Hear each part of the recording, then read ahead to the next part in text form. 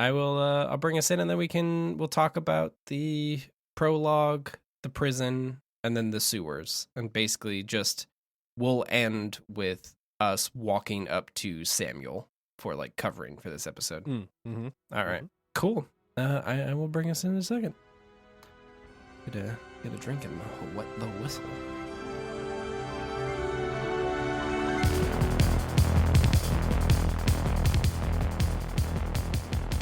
Hello and welcome to the 70% Complete podcast. It is the show where the topic is the tangent, and we're doing a little bit of both this time. We might be swinging them around, doing them in different orders with the topics and the tangents. But before we get into that, Logan, how are you doing today? I'm doing all right. Are we gonna peek behind the curtain? Oh yeah, of course. And mention that this is the second one today.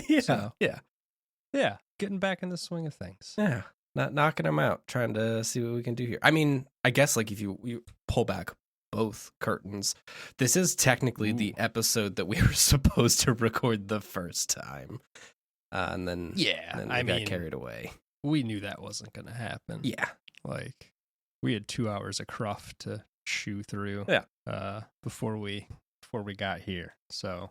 And, you know, honestly, when you look at what we talked about, I'm kind of glad that we got the doom and the gloom out of the way, because today's topic is uplifting. None of that going on. It's positive. It's bright, airy. Yep. Doesn't have some slogans that make you feel things. Today, and I haven't felt anything for years. Well, that's good. That means you're primed and ready for this one.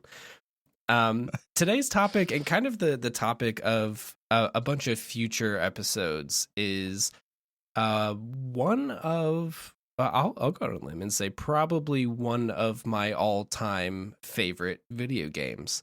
We will be talking about Dishonored. Over the winter break, we've taken some time to think about the show and kind of, you know, as one does, you reflect. And we were talking about the best way to kind of smash up the things that we love, the topics and the tangents, is let's give us a focus and then allow us to go off the beaten path. Yeah.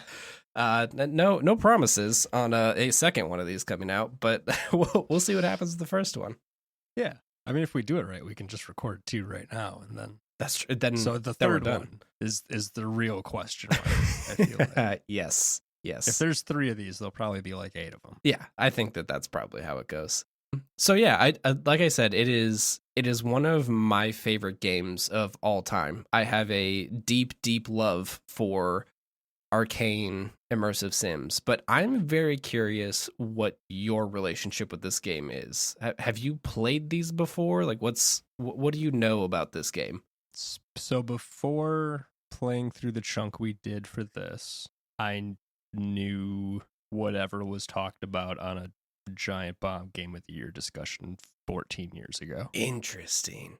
So I knew it was a choices matter stealth action thing. That's kind of about all I could remember. I probably could have told you more a decade ago. It's been sitting in like the middle of my I should play that list for at least 14 years, I guess. Okay. Now. Okay. But that's it. Like it is. I guess we'll get to some of it. It's fashier than I was anticipating as a setting. Sure is. Yep. But I was basing that off of nothing. So.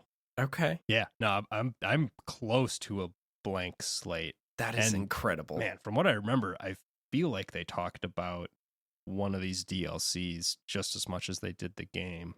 Yes. That I can remember. Yeah. But Bloody Baron? Does that mean something? That's Witcher 3. Damn. Okay. Yeah.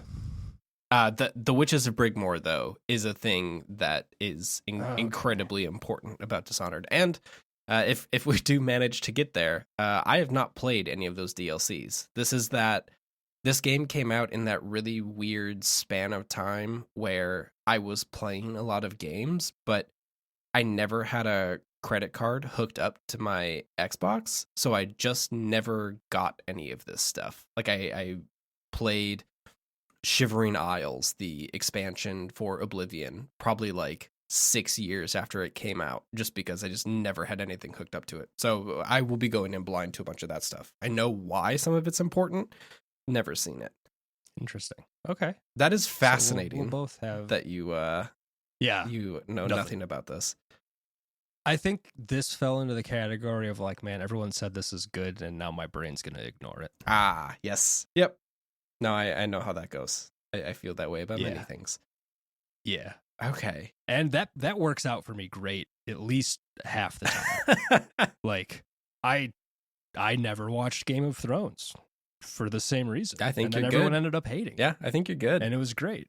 Yeah, I just watched a few retrospectives, and I'm like, all right, cool. Don't need to do that now. No, you can just watch the cutscene compilation of Game of Thrones, and you're all good. Yeah, that one paid off. So it's not a completely useless system, but it's not an efficient one either. Yeah, fair. Okay.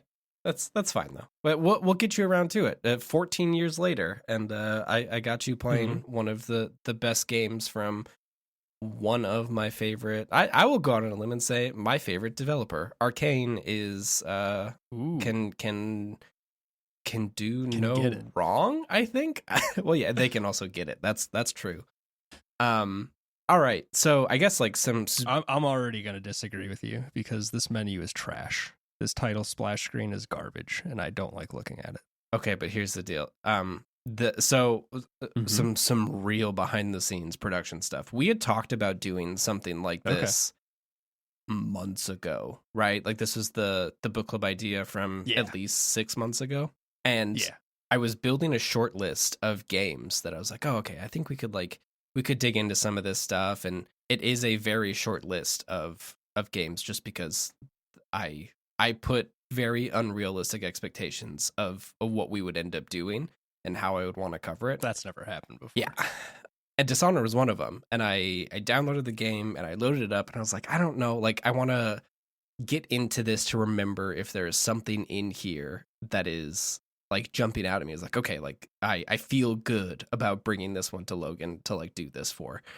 And speaking of that menu screen, I loaded into the game where it allows you to pick new game, missions, load stuff, options, and I'm quit. looking at that screen right now. And I immediately took a screenshot out of it. Good. I opened that screen, and then I immediately went over to quit game and closed it because I was like, well, I've seen all I need to see. I'm sure that you are looking at it. If you look directly above the title, there is a billboard. Can you tell me what that billboard says? The boldest measures are the safest. And you know what that says to me? This is a game that we could talk about. Yeah. Oh, I agree there. I just think this menu is garbage. Oh, yeah. I mean, listen, it's a 2012 video and game. I hate looking at it. Yeah. Yeah, there's some real 2012 going on in some of these, and I have to keep that in mind. Where I'm like, man, this is real tropey, and then sometimes I'm like, oh yeah, this was like probably towards the front end of that train. Yep. Not the back end of the way I'm viewing it now. Yeah, and there's definitely stuff in Dishonored 2, I think, that builds on a lot of those tropey things, and I think takes it in a little bit better direction. But you are not wrong. There is some stuff that when I loaded in, I remember this game being written incredibly well and having a very good story, and I'm seeing some stuff here that I'm not so sure about all of a sudden. Yeah, which is fine. Like, I'm not too down on it. Yeah, I will say this was one of the worst times I've had installing a game. Really? In the last good while. Yeah, I got it on GOG, which I tried to preference for digital rights reasons. Sure. And GOG did not want to hand off to PayPal for me correctly this time around for some reason. Okay. So I tried 5 times. I tried 5 times, I think, to get it to flip over, and would not do it. It would load GOG in the browser, and then it would just say, "Hey man, your card's empty. I don't know why you're here." Huh. So eventually I got it to work a different way. But what I did not realize is that every time I tried to do that, it created a new cart for me on GOG's backend. So by the time I did you bought purchase it 9 times. I had bought Well, I bought the game and then I had 5 pending transactions Oh my God. for this game. 5 incomplete transactions. And GOG gets real confused when that happens. So I had to manually close all of those one at a time, restart GOG, and then it was fine. Then it showed up in my library. Wild. But yeah, that was at the end of a not great day already. Because you and I were going to do this a Week ago? Yeah. 2 weeks ago? Yeah. Week ago. And yeah, after that, I was like, okay, I'm going to go ahead and not play this today. Yeah, that's fair. Because I will not be charitable to it. I am not in a cool headspace to encounter a new thing. So yeah, went much better today. Okay. I will say if anyone else is going to play this along with us, you're obviously welcome to do so. I would recommend turning off objective markers right away because that shit is not useful. And they're horrible. They're unneeded and distracting. They really kind of detract from it in my mind. Yeah. There's I need to look at some of the options because I haven't done this. I was running through it kind of speedily so I'm trying to play ahead of you by one episode just so I can kind of prepare you with what's coming up. So I've been like going through it. And you've done it. I have done it. This is true.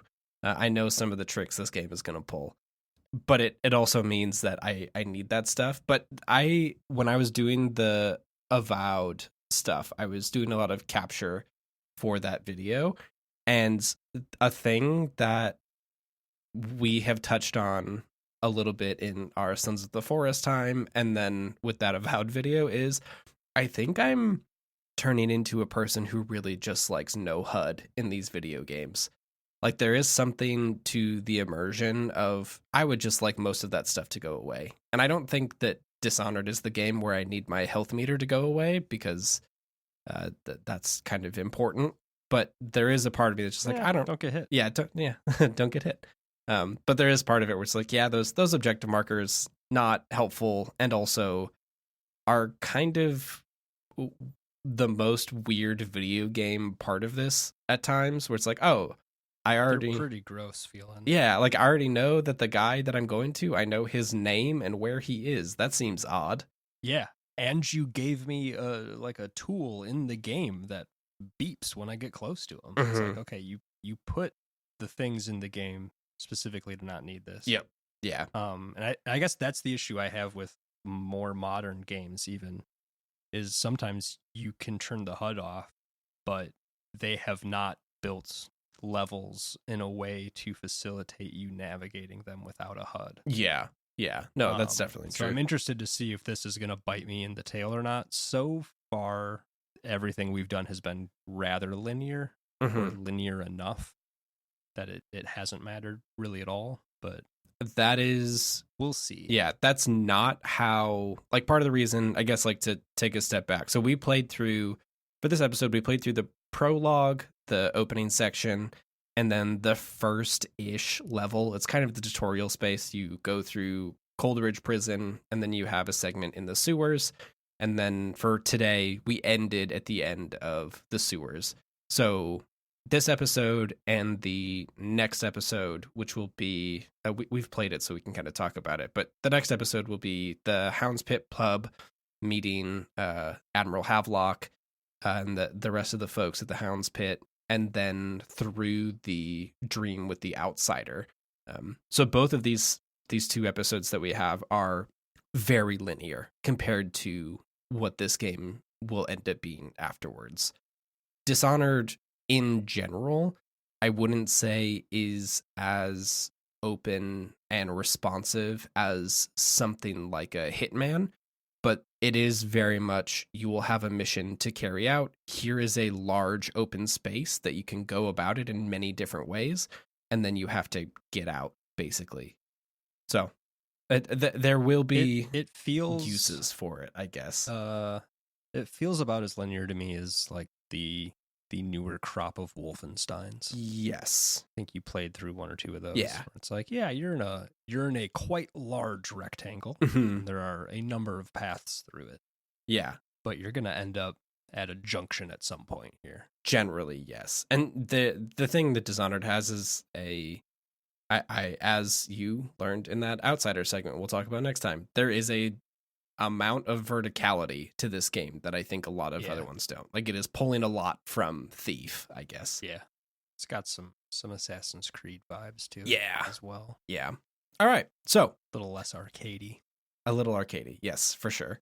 I guess I'll do like a super quick recap. I guess we kind of talked about it there, but let's set the grounds here for what's going on in Dishonored, because I sure did forget about the entire beginning of this game. I knew what happened, but I didn't remember the framing of it, which is will continue to be important as the game goes on.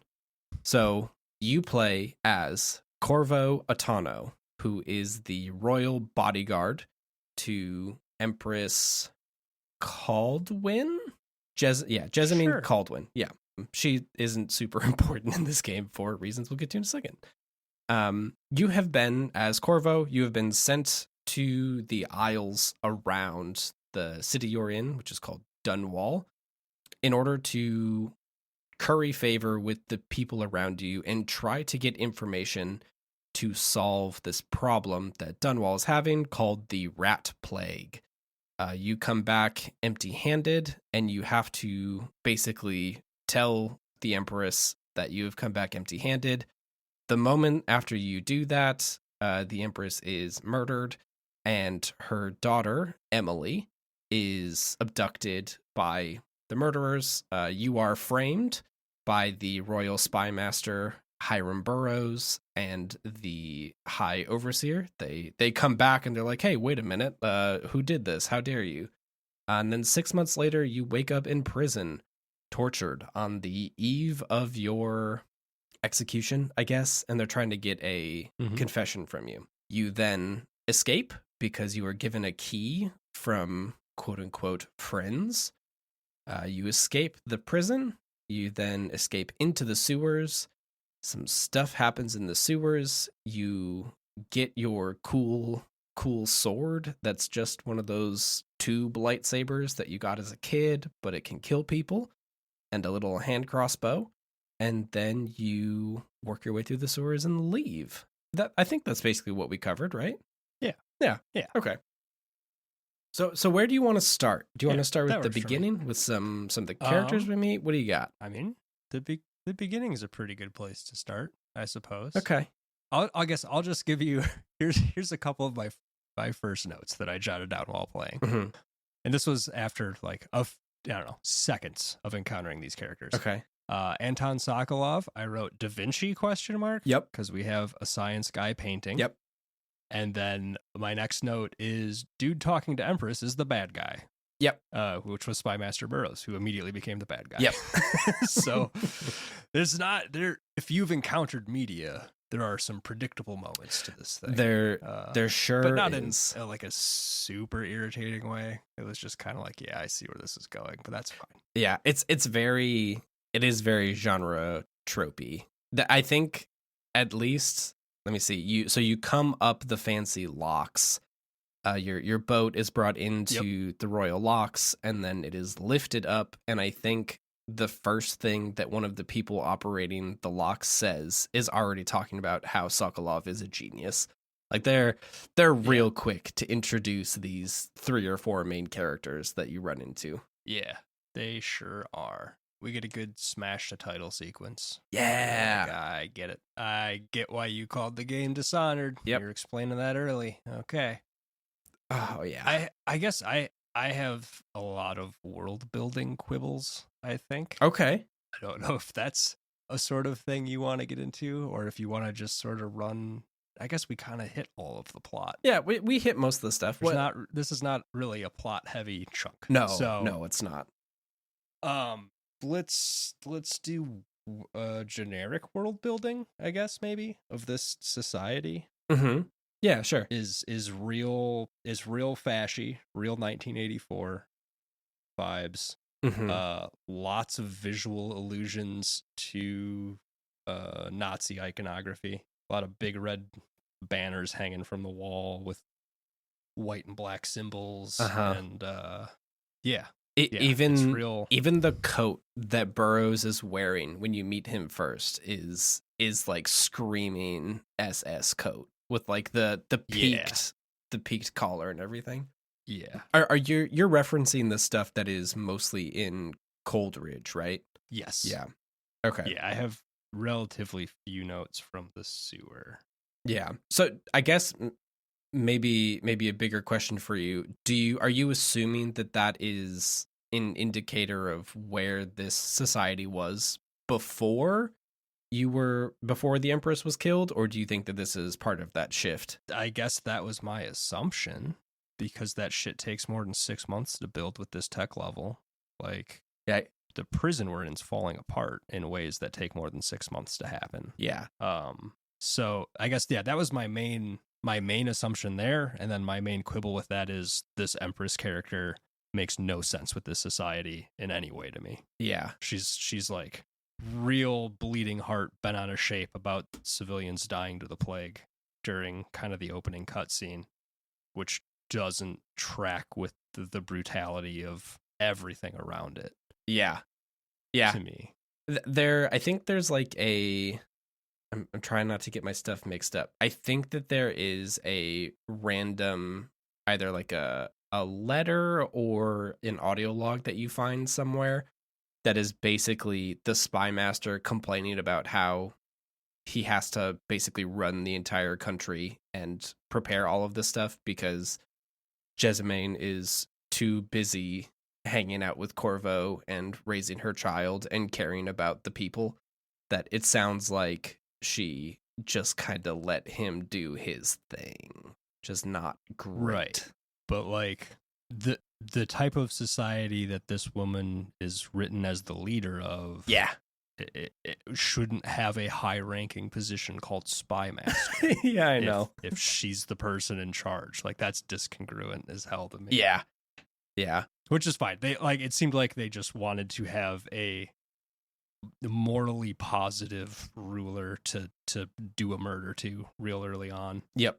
Oh, I guess we should probably talk about the tech level. Yeah. Since that's a huge portion of the setting, and we have not mentioned the whale oil of it all. That's true. Yeah, it's very late 1800s steampunk, but I think the whale oil here is the difference, like the twist on steampunk. Like, to me, steampunk is steam engines and goggles and smoke everywhere, and this is much more. Here is this vial of glowing blue elixir that powers our society. Yeah, it's a little incoherent at times. Like, there's electric lights in a way that doesn't necessarily make sense to me, the way the rest of things seem to be functioning. I don't know. It's a little... The tech we see is broader than maybe the way the economy is depicted, I guess. Yes.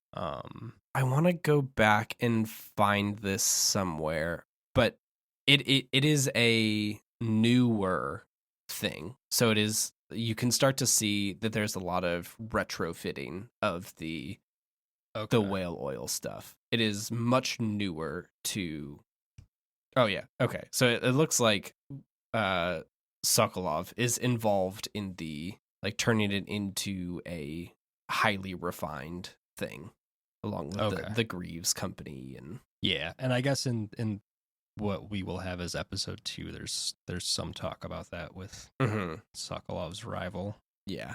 Do you want one of my first my first 2 tangents are quite early. Yes, please. I'm gonna send you the short dumb one first. Is this... Man, I almost just left this call. Where's the button? There's the button. Okay. All right, I'm ready. So, wrong keyboard. I have too many computers here. Oh god. I'll send you this screenshot. Oh yeah. So it's a good boiler we're looking at. Yeah. That's a real nice boiler. I was looking at this boiler. I don't know if this is a thing you do with video games or really anything. But if you need to, like, make generic art for a thing on a timetable, working off of something specific is a lot easier than just make me a boiler from the early 1800s. Yes. Like, that's a hard prompt to fulfill, as opposed to make something that looks exactly like whatever I'm showing you right now. Yep. So I saw this boiler and I was like, oh, I can read these words on it. Yeah. That seems kind of weird. And this thing looks pretty specific. So I went and I found this boiler. Yes. I'm not positive, but I'm positive. Okay. So the boiler we're looking at, it's got 2 big doors on the top. And the left door says Wanakeen and the right door says Type C. Yep. And I went and found this news article from the Kiwani Voice about a Kiwani boiler, which you'll notice is an anagram. It sure is. Wanakeen, but it's got 1 extra N. Yeah. In the version in the game. That just looks like that thing, huh? Sure does. Like a lot. Amazing. But yeah, I don't know. I just think it's interesting when you can find actually find the thing. Inspiration. Yeah. Yeah, that these items were modeled after. And I would be absolutely floored if this was a coincidence. It literally says Type C on the other door too. It sure does. It sure does. Really good. Yeah. Amazing. So that's my first meaningless tangent. My second, which I guess is actually my first, because it was happening right before this, and I'm going to ask you a couple questions here that you can go ahead and choose not to answer if it makes sense to do so. Okay. But is this an alternate timeline of Earth? No. And our Earth societies? Nope. No. Man, I think that bothers me more than if you would have said yes. Okay. So we'll see if how far we go with this. You break out of your cell. You get out of the cell. Yep. And the next room up is got a couple of guards in it. And this is your first stealth combat area. Mm-hmm. One of those guards is whistling a song. And he's whistling a sea shanty. What do we do with a drunken sailor? Yes. It has the same melody. Mm-hmm. But it's different words, huh? As the Earth version. We find out it's different words in a log an hour later. Uh-huh.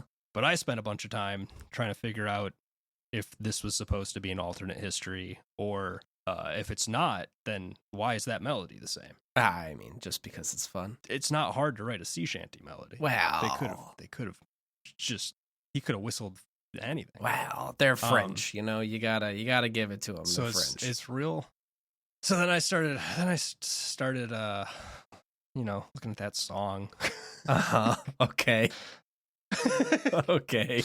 And then the music stuff started happening. So if you want to go on a music tangent, I'm a little prepared for it. That sea shanty is let me open my other document here. That sea shanty is written in the Dorian mode. Oh, all right. What does that mean? How much do you know about modes and scales? I besides the scale, a typical scale, a music scale. Yeah, I know that. A music scale. Yeah. Okay, so you know that word. At least. I know what that means. I'm going to probably get some of this wrong, so I apologize to any music majors who may be listening. Because modes this isn't where you start with music theory. Also, we could do a lot with music theory. I have thoughts. So music theory is just a way to describe music. We tend to think of it as the correct way to describe music, which is a bunch of dumb bullshit. Okay. It is a language that you can use to describe music. It is neither correct nor incorrect. It is a descriptive tool and nothing more. Okay. And it is very much based off of a bunch of dead old white European dudes. Classic. And has some noticeable strains of white supremacy running throughout it, even to the modern day. Check out Adam Neely's video on white supremacy and music theory if you are interested. It is quite interesting. But so a scale, it's just a series of notes. If you look at a piano, you can picture a piano keyboard in your head. Yep. You got the white keys and you got the black keys. Mm-hmm. And as you move to adjacent keys, white, black, white, black, white, black, white, black, white, white, you're moving up a half tone of a note. Okay. So you're going from an A to an A sharp, and then from an A sharp. Yeah. So a major or a minor scale that we typically use does, let's see, that would be the Ionian. So that would be a whole step, half, whole, half is the way those intervals work. Okay. So no matter where you start on the keyboard, if you move 2 keys, 1 key, 2, 2, 2, 1, you've played a major scale. Okay. And depending on what note you start with determines what the scale is. I see. Okay. So we typically, especially in like pop music, usually just talk about major and minor scales. And really, that is the Ionian and Aeolian modes. Modes of music are another way to describe things. That's rooted back in ancient Greece. A lot of this stuff is real old. And then from ancient Greece, those ideas get kind of bastardized by the Byzantines and switched around a little bit. And then the Catholics screw it up even more. And then we slap another layer of nonsense on it to get to modern day. And all of those ideas, even though we use the same words, all mean different things. Cool. All of those, like notes aren't real. Music's not real. None of this is real. We made it all up.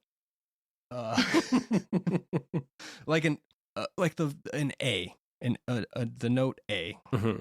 we typically think of now as happening at 440 hertz. Okay. Which was not always the case. Older, if we go back a couple hundred years, tunings were just slightly different than they are now. So even if you take a sheet of note of music from 200 years ago Mm-hmm. and play it on a modern instrument, it's going to sound different than had it been played then, because all of our instruments are tuned slightly differently. And live orchestras typically tune a little sharp. There was a whole. I'm going off tangents on my tangents. Perfect. I don't have notes for any of This is what the episode is. Like there was a whole kind of like the loudness wars. Is that what they're called in the 90s when albums just kept getting louder and louder? Are you familiar with this? No. Maybe this will be a different tangent. There's like kind of a cyclical nature to record producers making shit unnecessarily loud. Oh. Okay. And one of the more recent waves was the 90s, but you kind of get into these weird musical arms races with, I was going to say neighboring orchestras at the time. Obviously, it doesn't apply to the 90s. That was just other record producers that were making shit louder and louder. And when you do that, you lose dynamic range. Eventually, everything's just loud. Right. And there's only so loud that you can be. But orchestras were like tuning sharper and sharper at the time, because it provides a little more energy to the music. So you end up in these weird cycles of music shifting in ways, even though on paper it's all the same. Okay. But we're talking about the Dorian mode because Yes. it's slightly different. So you're a D major scale, D, E, F sharp, G, A, B, C sharp. Mm-hmm. So that'd be like D Ionian. D Dorian, which is what Drunken Sailor is written in, Mhm. is just all of the white keys on the piano. If you start at D, D, E, F, G, A, B, C. That's my kind of piano no sharps, playing. no flats, none of that shit. Yep. Perfect. Yep. That's as Yep, well as so that I one play works. piano. Yeah, that one's whole step, half, whole, half, whole. Okay. So slightly different than the major. And it provides like different kind of vibe. Yeah. And a song that you may know that is written in Dorian is the Halo theme. Interesting. Okay. So Dorian was big in like Gregorian chants. A lot of those are Dorian. Huh. And then you see that get pulled from to make Halo chants. That's really funny. Okay. And all of these modes started to see more use starting in like the 60s, I guess, 50s and 60s Okay. with the rise of pop music. Sure. But before that, it's just major and minor scales from like Bach to the Beatles. Yeah. Basically, we're just using 2 modes, Huh. and now we're back up to 7. So there's your random music tangent for the day, I guess. That's amazing. Okay. And I'm still mad that they didn't change that melody though. yeah, I mean, they changed all the words, but they didn't change the melody. They changed some of the words from drunken to wailing, and that was the biggest chunk of them. There is other stuff about rats in there, I believe. I guess I skimmed it. Oh yeah, you're right. But yes, it is not that different. Rusty razor instead of rusty cleaver. You know, Okay. Yeah. we don't say these things enough, but stick him in a scupper with a hose pipe bottom is quite the phrase, and I don't know what any of those words mean, but it sounds menacing. Scupper's a boat thing. It's a I do know that, drainage but I can't opening. tell you. Oh, okay. I'm thinking of a different thing. Opening cut through the bulwark of a ship that water falling on deck may Oh, flow okay. overboard. Yeah, okay. Yeah. Never mind. Okay. It's a boat thing. All right. Yeah, it's a boat thing. It makes sense. I wasn't going to get you any more specific than It's that. a boat thing. Wow. Okay. So there's two of my three. My third is in this area also, if I'm being honest. In the prison? Yeah. Okay. Is it related to the note about how to be an overseer? Did you find this? No. I found both copies of that. Some of these notes are in there twice, which is I also found odd because some of them are like supposed to be journal entries. Yes. Yeah. Need to hunt it down, but it's very Spartan. If I recall that one. Yeah, all of my the Trials of Aptitude. Yeah, that's it. Yeah, I have that up. Excerpt from a book on the esoteric practices of the Abbey. Yeah, okay. So yeah, this is what I'm saying. Like, this society that does this is not the society that this empress is in charge of. Correct. Yeah. And this is clearly an older practice than the 6 months we've been captured. Oh yeah. Yeah. This is clearly culturally significant and quite old. Yes. But this to me is giving Spartan vibes. Mm-hmm. Or at least 300 vibes, if more than anything else. it is much more 300, I think, but yes. Like and this is my third tangent is related to this actually, because I'm a little confused with our we're mixing a lot of fascist iconography. Mm-hmm. So we have this piece, we have all of the Nazi visual vibes, all over the place. And then we have prison the sign is the one that really is the most like, do you get it yet?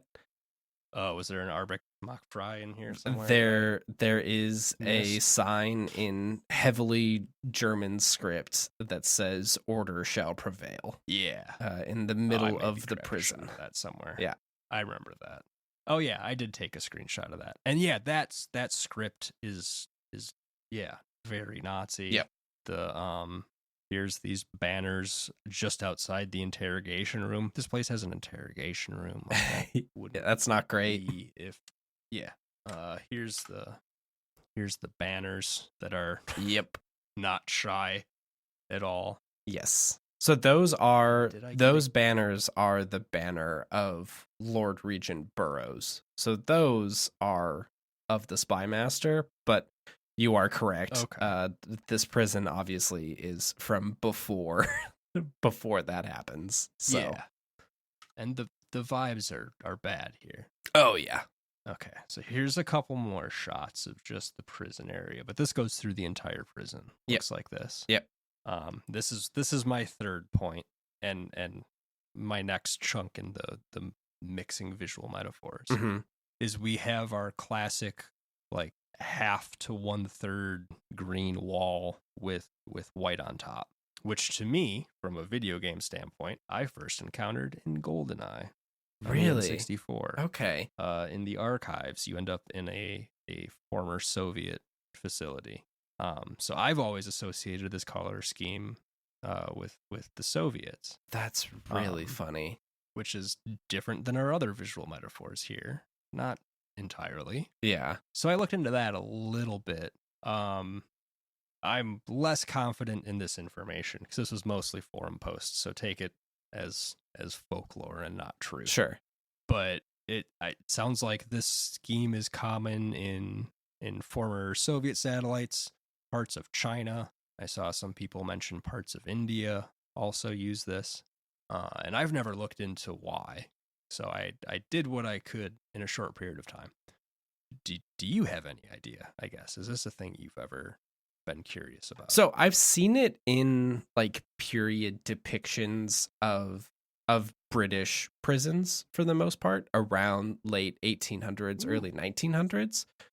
I'm actually looking at a BBC article right now that shows pictures of a prison in 1908, and it is a prison where suffragettes were held. So that's fun. Cool. But yeah, it had the same kind of dark green on the bottom and then a like lime wash white on top. But no, I have no idea why you would do that. I assume for cleanliness or not so showing that's what things. I read. Was that, and again, no idea if this is true. It makes some amount of sense to me though. Mhm. Is that typically this is coming from like army surplus or just army in general. Like those guys have a lot of green paint laying around and are willing to make more of That it. makes sense. And you use an oil-based paint because it is easier to clean as a surface than a lime washed wall would be, or a water-based paint would be. Okay. And you do that bottom chunk because that's where the people are. Yep. And that's where they're gonna fuck up the wall, and they're less likely to fuck up the wall on top. So you're saving on paint, and then the room's not as dark because it's not all. It's not all grim green. That makes sense. Yeah. Okay. Yeah, I just sent you one of the images of Pentonville, I believe is what the prison is called. Look at that. Yeah, Victorian era prisons. It is a vibe. The green and white. Yeah. It's funny too because like from a very modern interior design aspect, this is obviously incredibly shoddily done inside these prisons, but there is like an ongoing interior design trend of two-tone walls with high chair rails like that. So it's also very funny to look at this as like prison decor and military surplus. Yeah. And this is a thing that is like a current trend in American, like American DIY home stuff is doing this almost exact thing, except I guess it's not on concrete walls. Yeah, very, very wainscoting. Yes. But only paint. Yeah. Yeah, I thought you were gonna call out all of the wall text here. What's your feeling on all the wall text? Do you want to narrow me down slightly? Like all of the just that there is like, any. You will very quickly start to realize how much it repeats itself, and it is very like it is good wall text. I find it interesting, but it has the very silly, to me at least, the very silly Left 4 Dead feeling where it's like no one would write this. Like, why did someone write this in cursive? Like, what's happening here? Yeah there was a bunch of that in the sewers. Yes. A lot of don't dead open inside sort of stuff. This might have been out of the sewers, the red X's by doorways. Where was that? I assume this is marking like plague houses. Correct. But I think that might have been in. It might have been the next part. We're gonna dub episode 2. Yeah, I think that's once you get to the Hound's Pit. But yeah, you will see more of that. That's very biblical to me in terms of we're marking. Yeah. We're clearly drawing from a lot of places for the world building here. Yeah, a fair number of disparate sources. Yeah, it's interesting because the second game takes place on one of the other islands, and that is a Karnaka, is what it's called, and that is very much a like northern Africa or like a very specific part of Italy kind of vibe to it. So it's interesting seeing this being the country is called Gristle, which kind of threw me for a while there. That Dunwall is just a city within Gristle, because they reference it, and I don't think they ever show you a map until later of what this actual world looks like. But it's very Victorian steampunk England with like almost turn of the century. Like, it's getting very close to the 1900s, it feels, especially with the really cool looking boats. Is that other continent the one that they're alluding to as like an unspoiled land ripe for colonization? No. Yet difficult to maintain? Okay. That is the Paradisian continent, I think. I think that's what Pandesian is what it's called. Yeah, so is this in Africa or an America allegory? I imagine it is an American allegory, but it is hard to tell. And you you learn very little about the Pandesian continent throughout all of these games. Actually, I think that there are like mentions of it, and some of the people have like gone there or have heard of people who have gone there, but most people who return have a real bad time. Yeah. But there are people there, as far as we know, I think. Maybe that's a later revelation, but... Riffling through my notes here. We've hit most of them. The coins are minted by the Lord Regent, which I found interesting. Yep.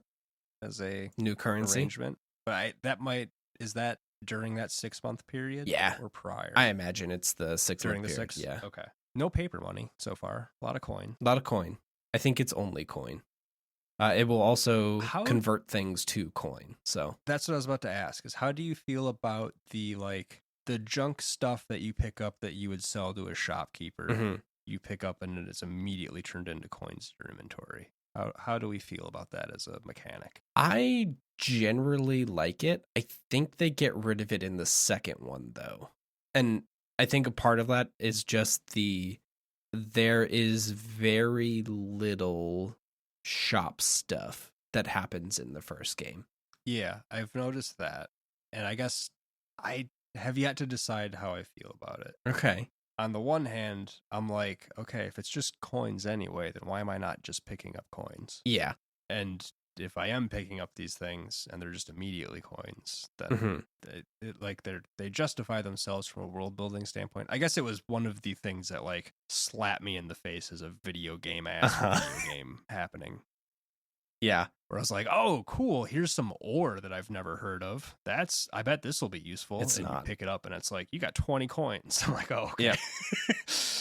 Okay, you had, this feels like you had ambitions to do shop things, and then that shit got cut sometime before this game released, and this was an easy way to not have to go take all those items out. Yeah. I think the Piero mentions each one of the 3 things that you pick up in the first level or around the Hound's Pit as like items that he needs in a letter, and you just like pick each one of them up around that location and they just turn into magical money. It's like, oh, okay. Cool. Yeah, he mentions like we'll do black market stuff, and then you find a note on his desk from the Admiral. Yeah. Says like you can't get this stuff. It's a response. Yeah, it's a response to Pierre trying to put in a purchase order and his boss telling him that the budget has run dry and he's only getting the most bare minimum shit possible. Yes. But then you just find it in the house, or I found some of those, the like crushed minerals or whatever in the sewers before then. Feathers. What's the ore called? One of them. Tivian ore, right? Yeah, is that right? Okay, that sounds right. I knew it was a T, and my brain would only do Tevinter, and I knew that was the wrong game. That is the wrong game. I don't know if we're gonna cover that one. My next note after the coins was just those dudes got fucking monched. Oh yeah, I'm pretty sure that's the first rat. Sure is. That was real silly. Yeah, I'm not sure if it was supposed to be horrifying or silly, but it was pretty silly. I think it was mostly just supposed to be a tutorial more than anything else, but it is really absurd when they're like losing their minds and they're just slowly being ragdolled by a couple of mice. Yeah. I mean, it was a lot of mice. So the first one's almost like a cutscene, like it's a real scripted event. But yeah, they get turned into Skelly Boys pretty quick. And that was another moment where I was like, if this is the way the world works right now, people would be behaving differently. Like, I feel like you'd see some thick leather shin guards and some more stomping going on or something. I don't know. If there were bands of rats that could strip a man to the bone in 12 seconds, I would have different footwear tomorrow. Yes. Yeah. At a minimum. Yeah. I don't know how much they get into that stuff. I mean, there are we'll talk about the rat slots. Okay. We'll leave it at that. There is a lot to the rats. There's a lot going on there, and there's a lot more that can go on there depending on what you do, which is interesting. But yes. Why Why the 6 months? Why are you alive? Why do these dudes not just kill you and kill that kid? This is a fantastic question. That doesn't make any damn sense to me. And then after you're captured, we get a real Mr. Bond moment where they're just like, "Let me tell you our entire plan real quick." Yeah. This surely will come back to bite us. Yeah. Yeah. It is. Yeah. It's very interesting. Like, I understand the impulse of like, oh shit, this guy showed up 2 days early. I guess we're still gonna kill the Empress, and then, oh look, let's frame this guy. But then the whole idea of waiting 6 months is the most contrived. Well, we need to make a video game and we need to make sure there's Nazi banners everywhere while you're going around this world and that it sucks. But yeah, I don't know why. Yeah. Also, well, like, why do you need him to sign? Like, he is an official of the court. Like, you could just have someone forge his signature and that's it. You could have killed him day 3. No one's doing forensics on this. Yep. They don't need any of that. Yep. I did like the scrawled text on the jail cells. Did you read any of those? Some of them, yes. I think you actually sent a screenshot of one of them. I probably did. Yeah. So the one in your cell that I like is a little fire that warms is better than a big fire that burns. Mm-hmm. And that's the first thing that that's the first thing I zeroed in on, at least after the interrogation cutscene. Yep. So just before this, you are burned with a hot poker. Yep. And then you wake up to that quote, which is kind of fun. It's good. We all start with innocence, but the world leads us to guilt. I have that written down. That's a good one. Do we learn who the Boyle family is? Does that mean anything to you? Like, do we learn in the future or do we learn it in this segment? I guess I didn't learn it in this segment. I don't think. I don't. If we do, I missed it. Do. We will learn more about the Boyle family. Interesting. Okay. So we wake up in cell B5 and the man in cell B4 talks about being in there because the Boyle family has accused him of stealing. Mm-hmm. Yep. I didn't know if that would end up being relevant or not, and whether or not him being in cell B4 was a nod to something that had happened before. Yeah. I mean, speaking of nods, did you, we're hopping all around now, but did you open the safe in the sewers? I did not. Okay. I wasn't sure if that was going to be in the room I had just passed, or if the combination was going to be in the next room. This fucked me too. By the time I realized I had missed it, I wasn't willing to backtrack for it, if I'm being honest, because they had not proven to me that money was going to be useful yet. You could not backtrack. Once you go through the thing, you'd have to reload a save to get there. Okay. The only reason I mention it, there is a bunch of money in there, I think, which will become more useful as you go, obviously.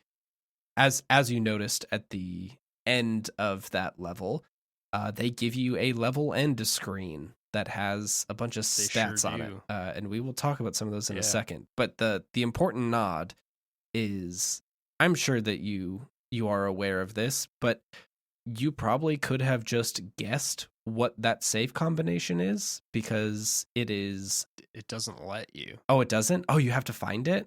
No, if you hit a button, it says you have to know the combination to open it. And that's why I was like, I'm not. I guess the solution is directly behind the safe. You just have to move the bottles out of the way to see what the numbers are.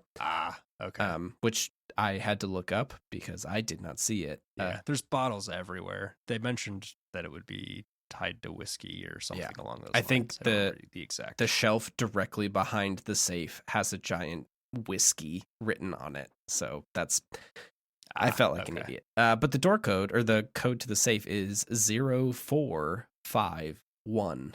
Do you know the importance of this number? No. This is like up there as one of the tippy top the tippy top references to Big Daddy Immersive Sim, which is Deus Ex. It is a reference to Fahrenheit 451, and it is the it is the first door code that you open in System Shock, where it first appeared, and then it was in System Shock 2, both developed by Looking Glass, and then it also appears in Deus Ex. Like, this is an immersive sim thing. You are not a real immersive sim. This is if you do not have 451 as a door code. This is the immersive sim Wilhelm screen. Yes, it is. I was recently playing Prey 2017 because that is one of my favorite video games of all time. And you guessed it, one of the codes is 0451, incredibly early in that game. It is everywhere. Yeah, that's fun. It's good stuff. It says, hey, we're smart dystopian people who care about the necessity of reading forbidden knowledge and saving those around us, I guess. And then it never ends the way you want it to also is, I guess, a nod to what's happening here. Do you wanna, I guess, talk about any other stuff here, or would you like to talk about some of the stuff in that mission end screen? I have two more notes, I guess. Hit me. One, do we learn what the Morley insurrection is? I think it is. I believe that's an island. Yes, Morley somewhere? is an island. This jumped out to me also. I don't think we learn a ton more about it. Yeah, I don't think we learn much about it. And there's just general reference to it. And then my last bit is another completely pedantic quibble. Okay. Which there are audio logs strewn about. Yeah, the punch card machines. That are on punch cards. Yeah. First off, all of the punch cards are identical. They are, which bothers me. correct. Yep. I checked. And two, punch cards don't have the fidelity required to record audio. I know how punch cards work, and I know how audio recording works, and those aren't the same thing, and they can't be the same thing because a punch card. Let's see, that thing is. I think that's 4 columns across, and it looks like they have half width and full width punches. Yes, correct. So, yeah, you're talking real low bit rate on punch cards. Yeah, that doesn't work, but that's fine. I can let that go. Unfortunately, this carries on into the second game, I believe. The same machines, but they at least have dictaphone microphones and speakers on them this time. Okay. I like the vibes. I like the vibes of like, yeah, check out this desktop punch card thing. Like, I see how they got there, and if I didn't know how either of those worked, I would think it's real neat. Yeah. And I still think it's pretty neat, if I'm being honest. But it is silly. But it is silly. And it bugs me that all the punch cards are the same. I would have been way happy if there were 2 punch cards. So I couldn't run between 2 rooms and verify very easily without screenshots that they were identical. Yep. Yeah, we will find a second one in the different... I guess I need to double check. We've gone through a bunch. If there's fidelity on this. No, there is not. I'm jumping ahead with some images here, but in Dishonored 2, there is obviously the game came out several years later. Visual fidelity is a little bit better. The machine is called the audio log, which is fun. The card has written on it the audio graph, which is the card, and then it is the Sokolov audio log. So just further evidence that your DaVinci connection is probably correct. Most likely this machine was created by Sokolov. Yeah. We will get more Sokolov. He continues. He is in... Yeah, that seemed to be... Yes. Yeah. The way of going. Yes. Yeah. So he has a bunch of people who will... like Pietro, and then in the second game there is Jindosh, who is another person who is constantly trying to get one up on this eccentric DaVinci guy. Okay. Do you want to talk about... is there anything that hopped out at you at the end mission screen, I guess? How did you do? I don't remember. Kind of shitty. Yeah, okay. So I was going full stealth, but like I hadn't figured out the controls yet, so I fucking stabbed a guy right in the neck that I didn't mean to, and I was like, well, I guess I'm killing dudes now. Okay. So then I killed about half of them. Okay. Do you have a screenshot of your end card? I do not. Okay. I do not. I almost don't want to talk about it then if you don't have it in front of you, because there is that there. I guess we can talk about some of the stuff here. So there is there's basically how many people you killed, how many civilians you killed, if any of those bodies were found, if you didn't, there's like special achievements if you didn't kill anyone, and if you weren't ever detected. There is special actions, which are kind of the secondary objectives. I don't remember if there was one in this first bit. Did you find the beggar area? No. Okay, I don't have. Feel like no. It was a small thing, but it's basically talking about how there's a note there about how the guy left because either the rats were going to eat him down here, or the people above were going to get it because he has the plague. So, just real. Oh, maybe I did. Real dire. Maybe I did catch that. Oh, overall chaos. That was a thing I remember. Yeah. Okay. So this is the thing I was going to ask you about. Do you know what your overall chaos was? High, if I recall correctly. Okay. This is a video game. The video game is tracking it, and it is telling you that it is tracking it. What do you think chaos means in this instance? I don't have a clue. Okay. I mean, the way it's laid out is that it's like some kind of a summary statistic of the other bits going on that screen. But that's just me interpreting the UI. Okay. And nothing else. Okay.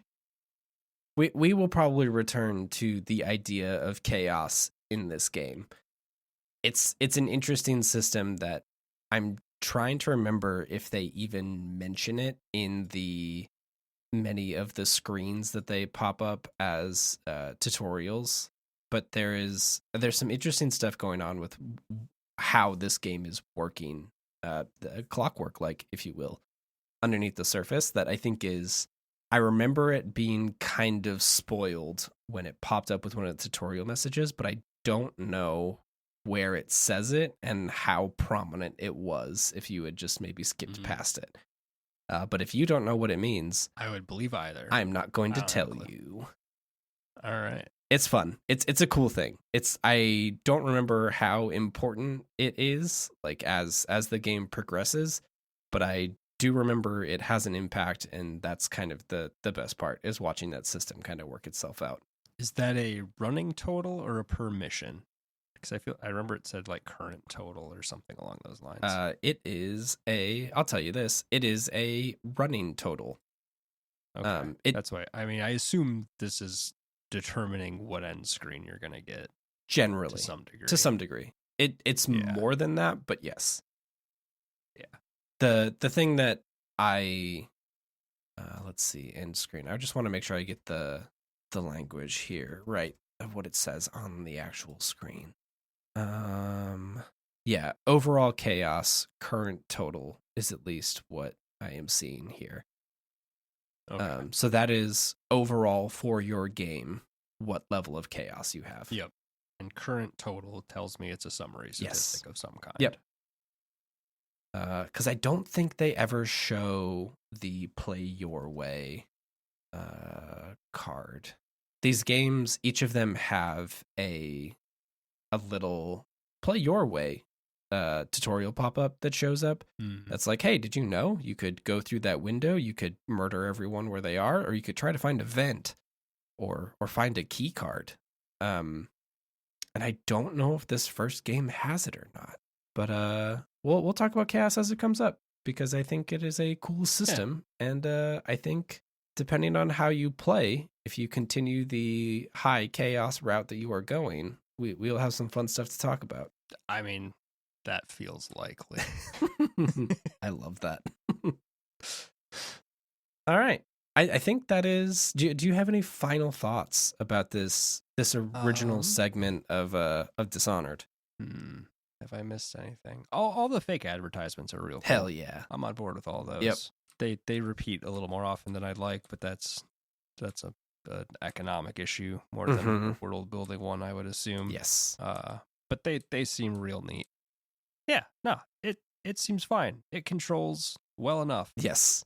For a 14-year-old thing, it's not bothering me. Okay. Really in any way. And the things that bothered me most were probably the objective markers that I was able to turn off. Okay. So there's a lot of options that you can switch off in the UI. Everything seems like it's on max by default.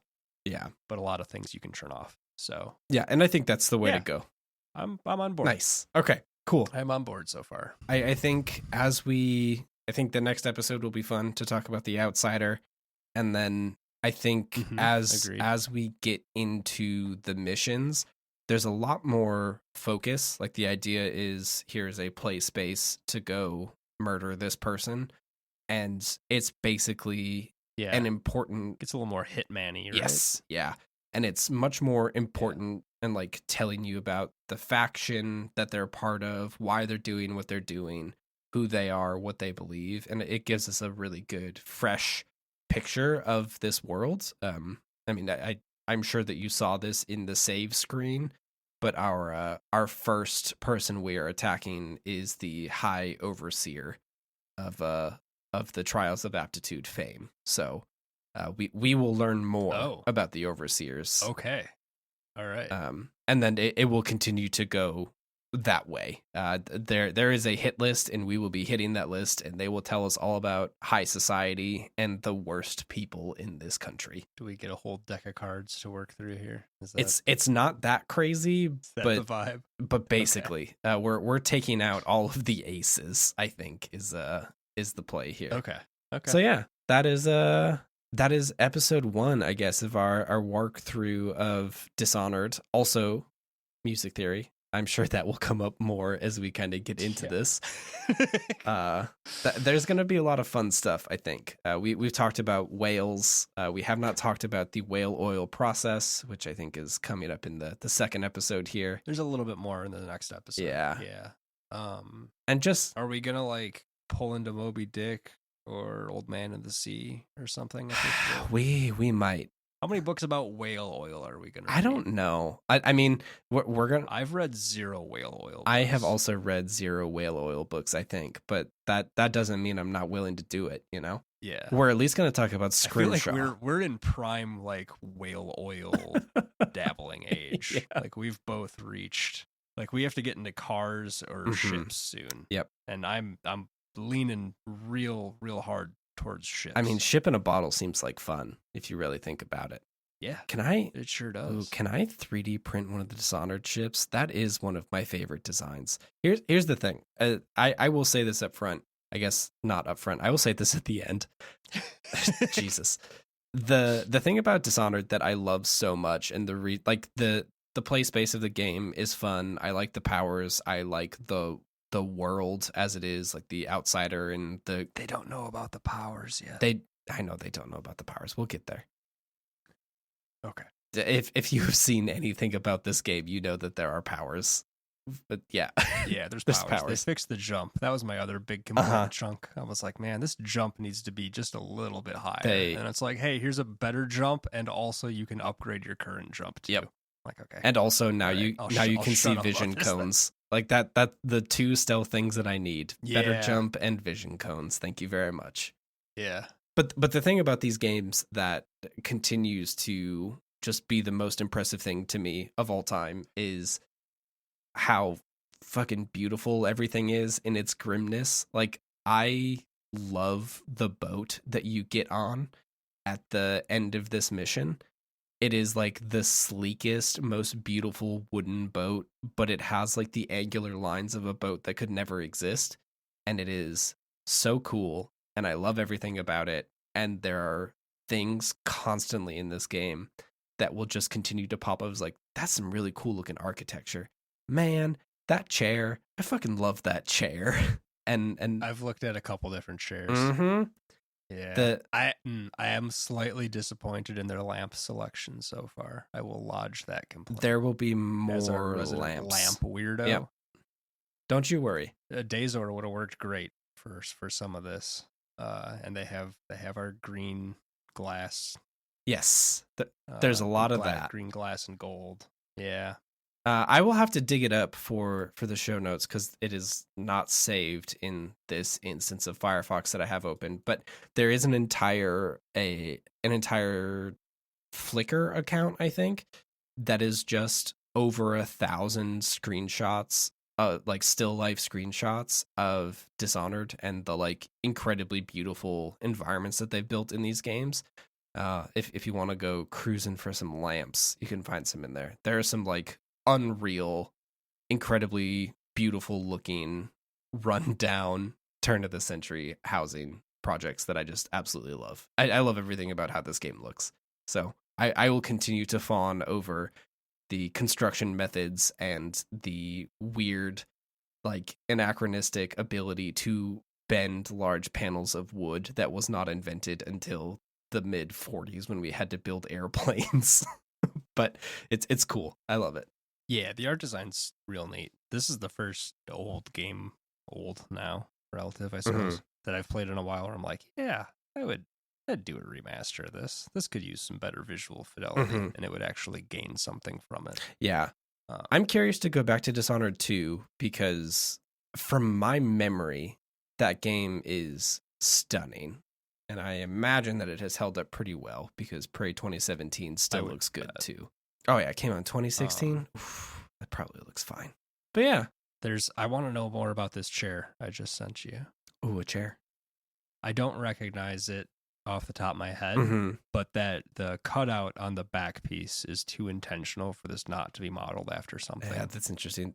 That's what this show is going to end up turning into, is hunting down the weird reference artifacts that they use for all of this stuff. Yeah, I'm down. Like it seems very silly to me that the pistol that you use is like a modified wheel lock. It's not even a flintlock. It's a wheel lock, which is older. Yeah. It's just cool. Yeah. Commitment to the bit, you know? I'm going to figure out this chair. There's a chair. I have a chair in my head and I can't remember the name of it. And I'm wondering if it's the same one. And it's going to take me until next episode to figure it out if it is. Well, we will, but maybe, yeah. Stay tuned for my progress on my chair hunt. The true game of this is the I Spy game that you play. Yeah. All right. Well, I think that's going to do it. We thought this was going to be a short one, and jokes on us, it wasn't. I think I don't have the outro of the show anymore. So stay tuned, and we're gonna keep playing through Dishonored and bring up whatever weird tangents we come along with. If you like this, let us know. You can join the Discord, do all of that nonsense, and come hang out and play along with us if you would like. This game was on stupid sale within the last couple weeks, and with the going rate of how Microsoft and Xbox is functioning as a company, I would suspect there's going to be a fire sale constantly on these Arcane properties. So jump on the train and enjoy one of the best modern immersive sims you can find these days. Any final thoughts, Logan? The chair I was thinking of was an Emiko 1006, and it is entirely different. Yeah. So the Emiko has the three things and the three vertical ones, right? Yeah. Well, we'll talk about that the Emiko 1006 is was created for the Navy, and that's a whole other podcast. So we'll Well, that's why I was like, I remember there being a significant boat chair. Yep. This would be that significant boat but chair. it's not. It is not that. It's not. Yeah. It looks more like a it's probably, it looks more like it belongs with my lamp than it does. I would need to see the legs, but it is more in line with a I believe it is a reply chair is the name. And that would be designed by you can buy them from Hay, Hay. Nope, these are also not showing the wrong ones. Designed by Wim, W-I-M, Rietveld. Rietveld. Yeah. It's got the now we've like truly lost it and gone to we're doing Chaircast. Now we're doing Chaircast. Thank you for tuning into Chaircast. Hey, thanks for listening. I've been Phil and he's been Logan. Our music is by Nicholas Cahill.